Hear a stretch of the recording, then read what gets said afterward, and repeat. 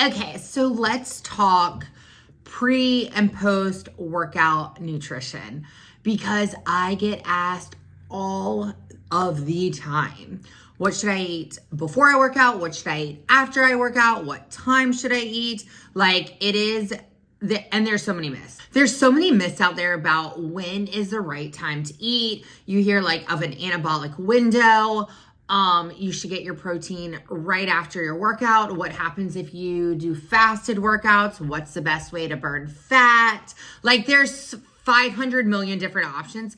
And I think a lot of times we tend to overanalyze what will actually work. And we try to put too much into it rather than just do it. Okay, so let's keep it simple. There is going to be a difference of like what you eat based on who you are, what type of physical activity you do, what intensity of activity that you're doing. So there's so many different wide ranges of the spectrum of how to properly eat for what you're doing. So no matter what exercise or form or whatever you're doing, carbohydrates play a huge role in glycolysis. Obviously, that's what creates it, but plays a huge role in your performance when it comes to your exercise. So that's where you'll hear me preaching with all of my nutrition clients. I'm really for not cutting out carbs out of a diet, but if anything, having a moderate amount of carbs and the timing around it.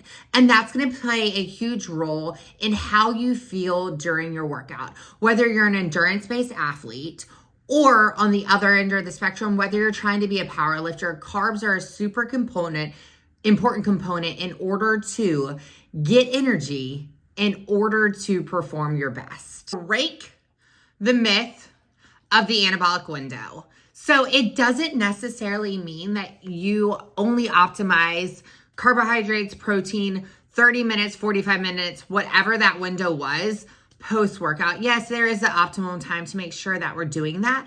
But big picture is it's over the course of the day. It's what your goals are. So that's kind of like a myth that's been debunked. So a lot of it comes down to how your body processes food, what your schedule looks like, what your day looks like. So look at it big picture rather than just being so stuck into, we have to eat this food during this certain time.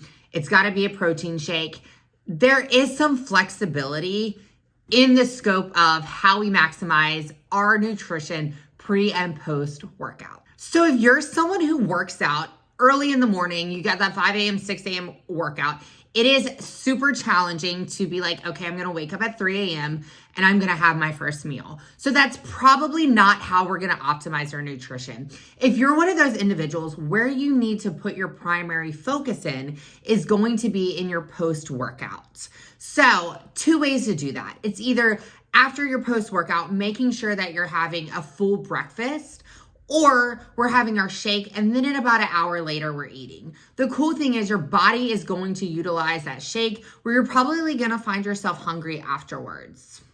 If you're someone who works out in the evening, so you've had a full day of food, where I tend to recommend having your pre-workout meal is going to be about an hour and a half prior to your workout. So we want to make sure that we're filling those glycogen stores. So whether it's endurance or whether it's going to be a lifting-based workout, you have primed your body to be able to perform at an optimal level when it comes to nutrition.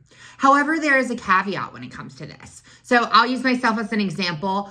I can eat certain things having Crohn's disease prior to a workout, depending on what the workout is. So say, for example, I'm not great at running in the evening. Here's why. It's very hard on my digestive tract. The first thing that I have to do is when I go on a run is I have that GI distress. So where I optimize my nutrition and the timing of my workouts is making sure those endurance-based events are happening in the morning. So for example, what I might have for breakfast is going to be different on that day because I make sure that I stay away different foods because my stomach and my GI tract just can't handle it on a run.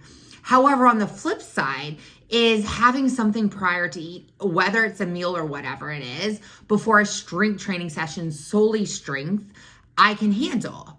But then a caveat to that is say I add on that metabolic conditioning piece, so a little bit more high intensity. What I find is there's certain foods, there's certain timing of when I eat that my GI tract can't handle it. So it's very hard to say which individual you are. And some of it comes with trial and error and what's going to work best for your body, because what works for you and me might be completely different based on our background, based on how our body processes food and things of that nature. About big picture, a template that I would recommend to anyone based on not knowing too much about their background or not being super specific on what their nutrition timing should be around their workouts. So here's what it's gonna look like. Okay, first, let's talk about our pre-workout meal. So this is if you're working out middle of the day or the evening. We won't talk about you people that are working out at 6 a.m. You might be staying away from eating at first. But big picture, if you are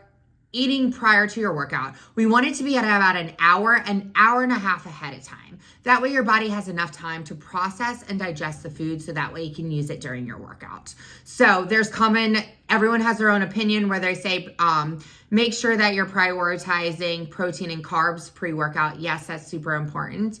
But that pre-workout snack that I typically recommend to people is going to be a carbohydrate and a fat. If their session is a lifting session, here's why. Yes, fat is slower to digest. You may not want to have that during a high intensity workout or an endurance based. It could be either way depending on your body type.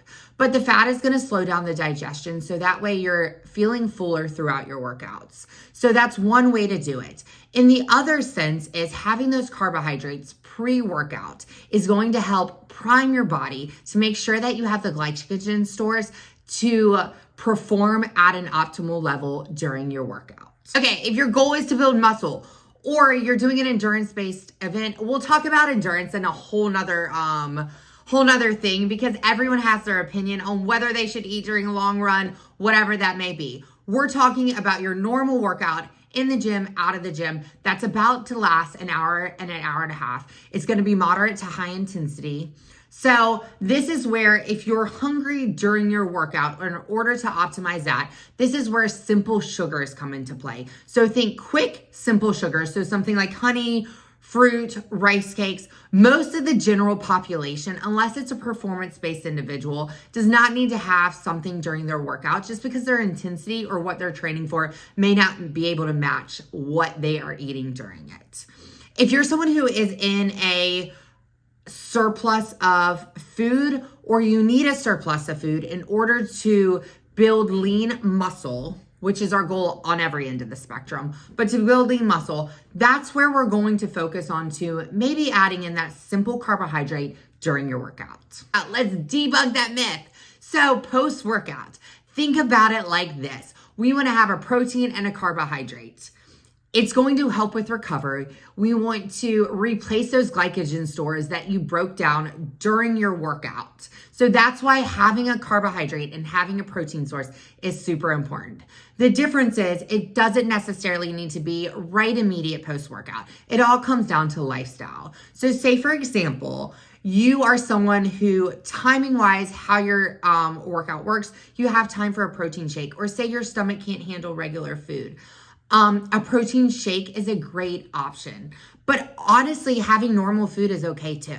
Okay, let's talk about all of you individuals that are working out at 6 a.m. in the morning. So I get it. Like, it's very hard to eat first thing in the morning and then head to the gym. So what I recommend doing is making sure that you're having a well-balanced meal the night before. So making sure that you are having carbs in the evening, you are having your fats, and you are having your protein. So that way you're staying fuller longer throughout the night and into your workout the next day.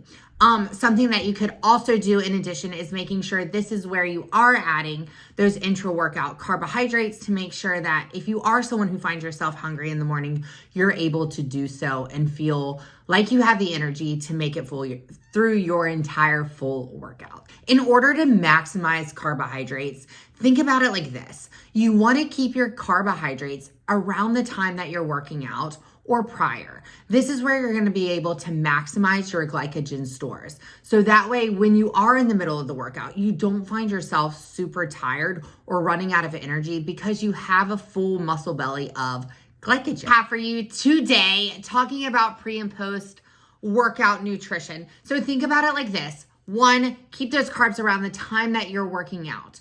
2, maximize your protein intake. 3, if you find yourself hungry during a workout, make sure that you're adding those intra-workout carbohydrates. And then 4 is don't overanalyze it.